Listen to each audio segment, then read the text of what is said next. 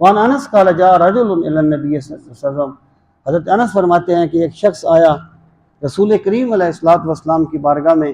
قال یا رسول اللہ انی اريد سفرا فزودونی، یا رسول اللہ صلی اللہ علیہ وسلم میں سفر کا ارادہ کرتا ہوں، مجھے کوئی زاد راہ عنایت فرمائیے۔ یعنی زاد راہ سے اس کی مراد یہ تھی مجھے کوئی نصیحت فرمائیے کہ سفر میں جس پر میں عمل کروں، جو میرے پاس رہے، جو میری رہنمائی کرے۔ علیہ کا قال، آپ نے فرمایا علیہ کا بتقوی اللہ،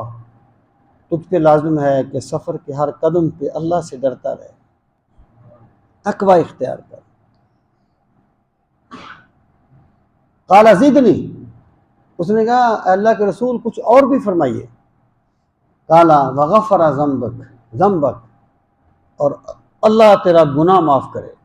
اللہ تیرے گناہ معاف کرے۔ قال زدنی بأبی انت و امی، کہنے لگا یا رسول اللہ صلی اللہ علیہ وسلم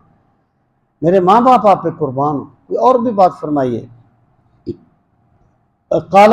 ویسر لک الخیر حیث ما کنت، سرکار نے فرمایا تو جس حالت میں بھی ہو اللہ تجھے خیر عطا فرمائے، اللہ تجھے بہتری عطا فرمائے، اللہ تجھے خیر عطا فرمائے۔ وعن ابی ہریرہ رضی اللہ تعالی عنہ ان رجلا قال، کہ ایک آدمی آیا سرکار کے پاس، کہنے لگا اے اللہ کے رسول اريد ان اسافر، میں سفر کرنا چاہتا ہوں، فاوصنی، مجھے کوئی وصیت فرمائیے۔ قال علیک بتقوی اللہ، آپ نے فرمایا اللہ کے تقوی کو لازم پکڑنا، والتکبیر علی کل شرف، اور جب بھی کوئی یعنی گھاٹی چڑھے، کسی بلندی پر چڑھے تو اللہ اکبر کہنا، اللہ کی عظمت کو یاد کرنا، اللہ کی تکبیر بیان کرنا۔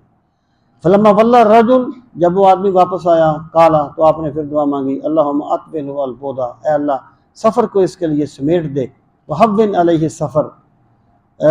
یعنی فلما ولى، جب وہ آدمی جانے لگا تو اس وقت آپ نے یہ دعا مانگی اے اللہ سفر کو اس کے لیے سمیٹ دے، وہون علیہ السفر، اور سفر کو اس پر آسان کر دے۔